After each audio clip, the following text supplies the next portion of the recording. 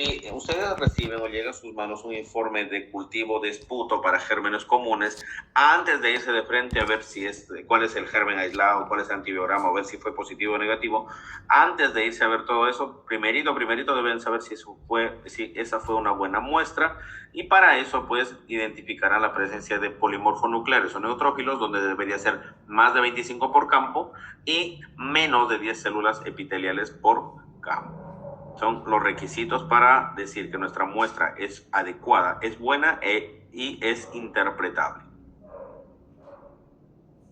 Cuando tu paciente te llega a consulta, porque ustedes van a recibir a su paciente en consulta, le harán la anamnesis, la historia clínica, le harán el examen físico. Obviamente, como parte del examen físico, también tomarán la temperatura, tomarán la presión arterial, contarán el número de respiraciones por minuto. Esos puntitos que ustedes ven ahí, el CURP 65 es la escala de severidad de neumonía. Es decir, recibo a mi paciente, ya le diagnosticamos neumonía. La pregunta es, ¿lo manejamos en su casa o lo mandamos al hospital? Hay pacientes que pueden manejarse tranquilamente en casa y hay pacientes que sí o sí necesitan manejo hospitalario e inclusive manejo en cuidados intensivos en un hospital, obviamente, ¿no? Para eso, ¿cómo decidimos? ¿Cómo van a decidir ustedes el día que se enfrenten a un paciente con neumonía? Simplemente tomarán los datos de nuestro paciente. Primero, ¿tu paciente está confuso o no está confuso? Si está confuso, un punto. Le tomas la muestra de urea, si la uremia está más de 7 milimol por litro, un punto. Las respiraciones, R de respiración, le cuentas la frecuencia respiratoria. Si tiene mayor o igual a 30 respiraciones por minuto, te sumará un punto. Si le tomas la presión y está hipotenso, donde la presión arterial sistólica es menor a 90 milímetros de mercurio, sumarás un punto. Y obviamente si tu paciente tiene más de 65 años, también le sumará otro punto. Entonces, dependiendo de las características de tu paciente, el puntaje puede variar. Y tenemos que si es de 0 a 1 punto, la mortalidad es de 1.5. Ojo, CURP 65, y esto sí, por favor, memorícenlo. Una, que tienen que memorizarse la escala de CURP 65, sí. Y la otra, ¿para qué te sirve? No solamente, chicos, es aprender de memoria. ¿Cómo? Y se los voy a decir hasta el último día que los vea. Ustedes me doy cuenta que son muy memoristas, demasiado memoristas, pero no lo razonan. Entonces, no solo es cuestión la medicina, chicos, de aprenderse datos de memoria y al azar y como una fuente de datos, y cuando te piden utilizarla no sabes ni cómo la vas a utilizar.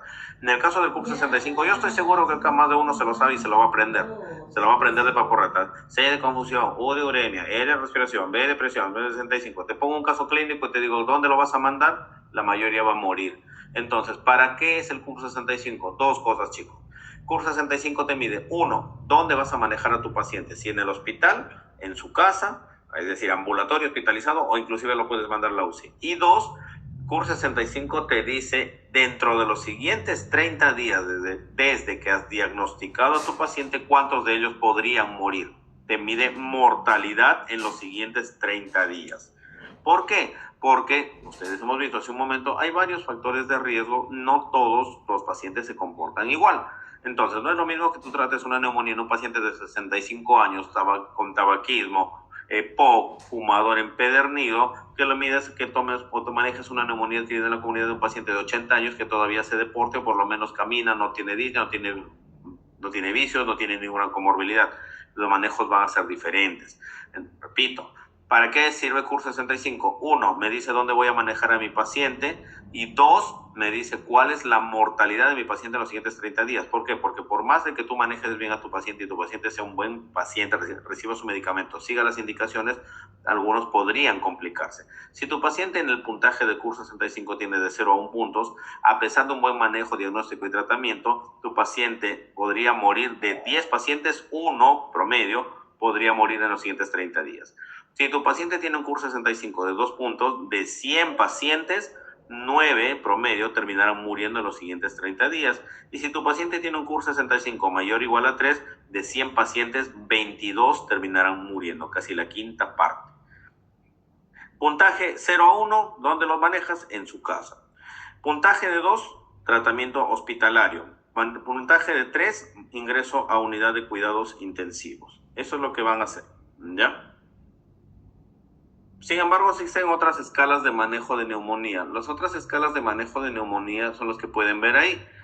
Aunque esta es más compleja, la PSI Port of Fine, si se dan cuenta, son bastantes variables. En el caso de esa escala, esa escala no es necesaria que se la aprendan, ya por si acaso yo seguro que hay más de uno que está convulsionando mirando esa tabla.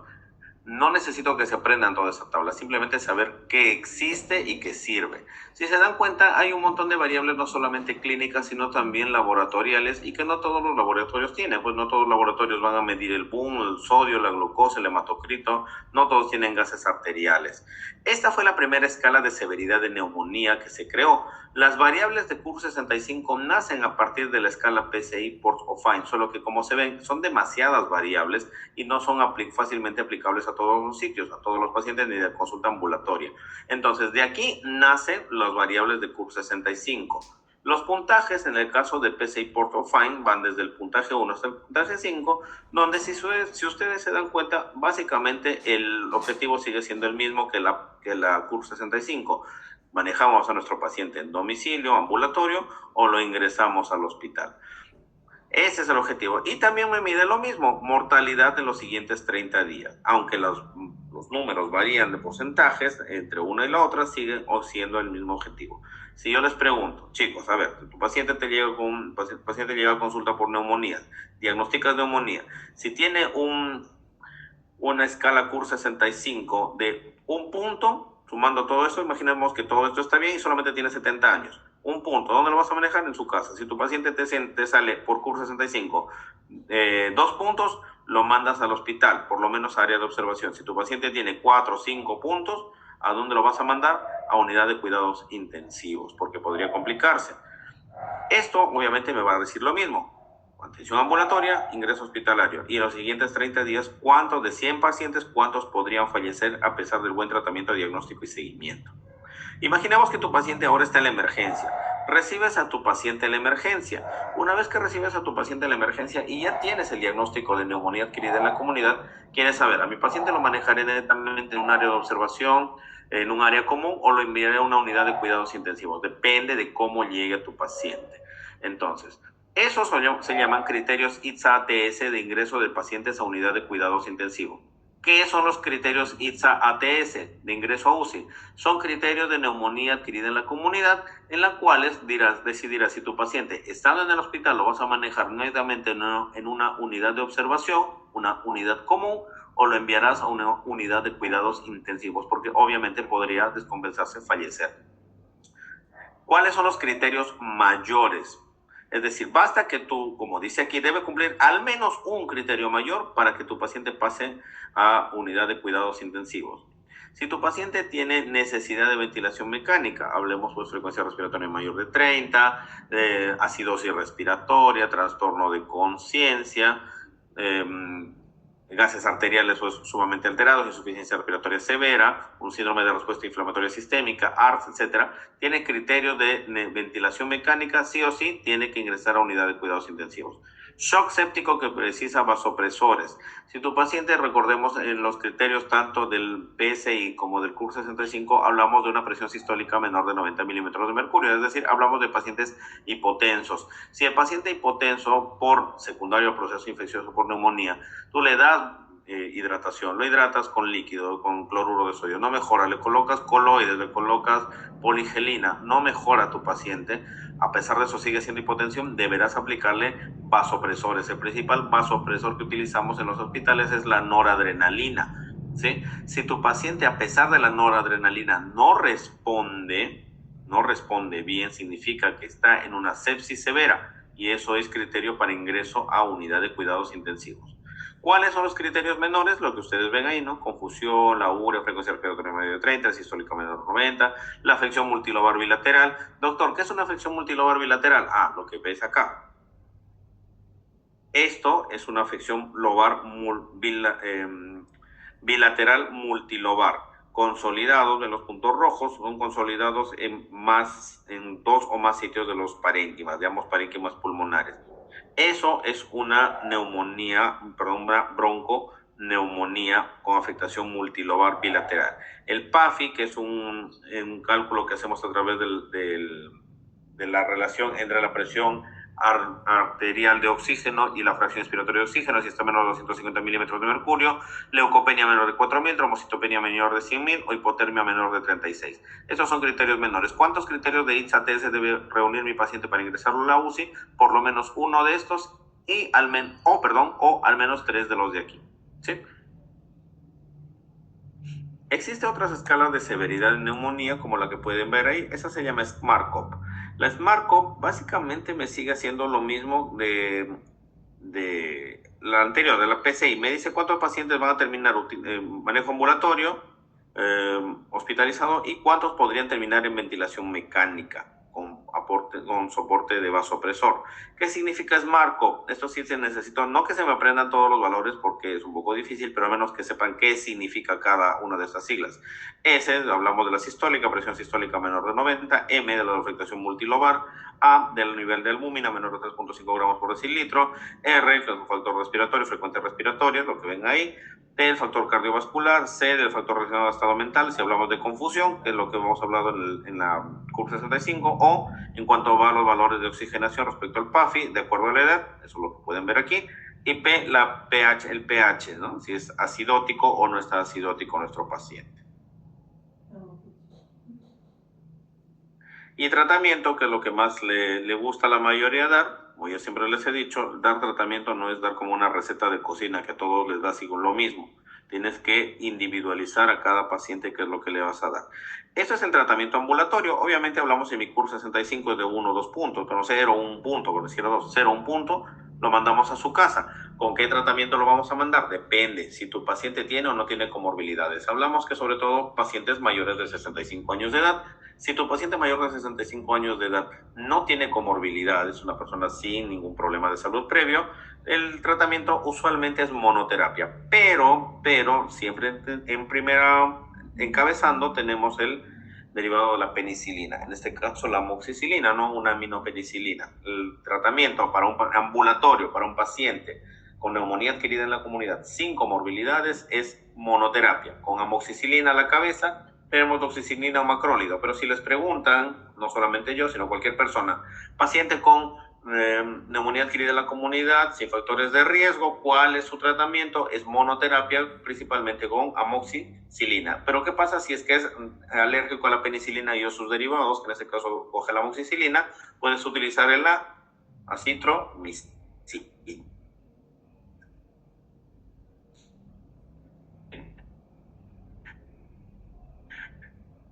Y gran mayoría están en este grupo, en ambulatorios con comorbilidades. Esto es la gran mayoría de pacientes. Entonces, la gran mayoría de pacientes, como están en este grupo, utilizamos terapia doble, la dual. Ya les dije hace un momento, se cobertura tanto típicos como atípicos. Entonces, los típicos se manejan con penicilina y o sus derivados. En este caso, amoxicilina, ácido clavulánico, que es lo que nos dicen las normas. Y más, nótese el más aquí, macrólido. El macrólido, y a la cabeza tenemos la acitromicina. Los tratamientos antibióticos, por si acaso, duración de tratamiento antibiótico, las guías te dicen bien claritas, 5 días. No, doctor, pero es que por si acaso le doy 7. Estás cometiendo un error, salvo que tu paciente no vaya bien de la respuesta clínica. Pero si tu paciente va bien, 5 días es el tope de manejo antibiótico ambulatorio. Ojo, ambulatorio. Repito, el grueso de nuestros pacientes están aquí, en ambulatorios con comorbilidades. Manejaremos terapia dual, derivado de penicilina más macrólido. En el caso de que nuestro paciente sea alérgico a la penicilina y o sus derivados, lo que utilizaremos será levofloxacino, ¿sí? Una quinolona, una fluoroquinolona. Y la dosis de levofloxacino es de 750 miligramos al día. Moxifloxacino 400 al día o gemifloxacino, que hasta el día de hoy no he conocido en ningún hospital. Pero lo que sí podemos utilizar es levofloxacino de 750 o moxi de 400. Hay presentaciones de levofloxacino de 500. No, si vas a utilizar manejo monoterapia en un paciente neumonía adquirida en la comunidad con comorbilidades, la dosis es de levofloxacino 750 miligramos al día. ¿Sí? Esto sí, chicos, este cuadrito me lo aprenden, porque eso sí van a ver hasta el aburrimiento. En el caso de los hospitalarios, es necesario que lo sepan, pero no necesariamente que lo manejen, porque ustedes por lo menos por ahora no van a ver mucho paciente hospitalizado, pero sí que conozcan, ¿no? El tratamiento. Por si acaso, antes que me olvide, porque ya Ya va a haber más de uno que me digan, doctor, ¿qué es MRSA? Estafilococo aureus meticilino resistente. ¿Sí? Estafilococo aureus meticilino resistente. Pes aeruginosa, pseudomonas aeruginosa. Solo para que sepan, nada más. ¿Ya? En cuanto a los pacientes hospitalizados, mientras que el ambulatorio lo ves con comorbilidad o sin comorbilidad, el paciente hospitalizado vas a distribuirlo en dos grupos. El paciente hospitalizado con severidad, con criterios de severidad, o el paciente hospitalizado sin criterios de severidad. Si no tiene criterios de severidad, lo que ven ahí, básicamente seguimos con la terapia dual, solo que esta vez, pues si tu paciente está hospitalizado, no le vas a dar una amoxicilina, le darás algo mejor. En este caso que tenemos los inyectables, ceftriaxona, ampicilina, ceftaxima, ceftarolina. Principalmente, ¿cuáles, doctores? Lo más común, ceftriaxona. Ahora, pero dirán, pero doctor, en mi posta he visto que también le dan ceftriaxona.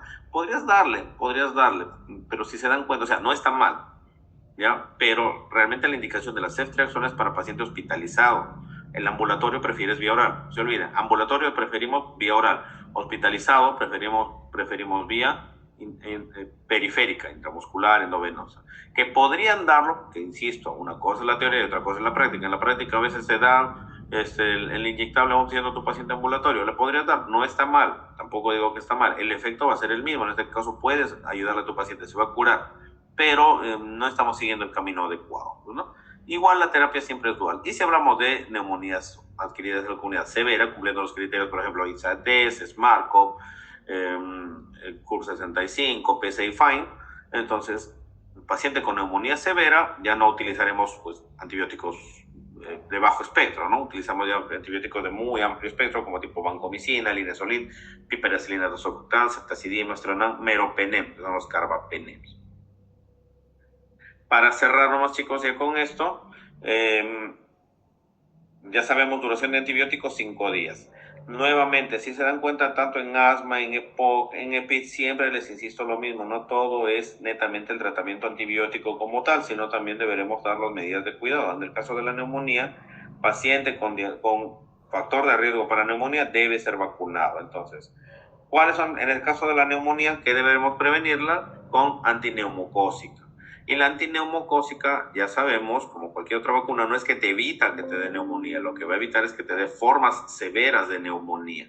En el caso de la neumocócica hay dos presentaciones, la que da en la población pediátrica y la población de adultos. La antineumocócica conjugada, la 13, se da para bebés y niños, mientras que nos interesa a nosotros los adultos la polisacárida, la BNP23, para mayores de 65 años o más. Esto es conmigo. Esto ya lo verán ustedes en pediatría. Conmigo, que sepan que paciente con un factor de riesgo para neumonía se le da la vacuna, la antineumocócica polisacárida, la BNP23. ¿Sí? Muy bien, eso es todo. Voy a pasarles lista, chicos. Voy a empezar con aula A. Conforme les voy llamando, se van retirando del aula. Denme un segundo.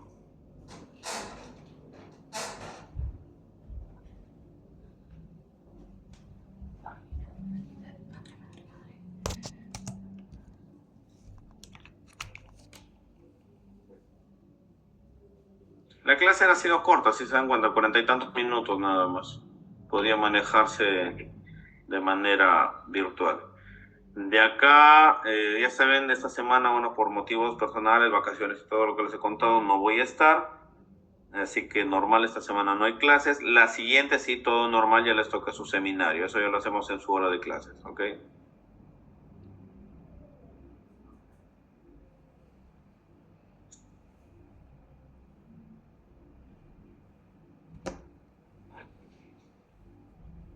Alegría Limo. Prenden el micrófono, dicen presente y se retira, por favor, ¿ya? Alegría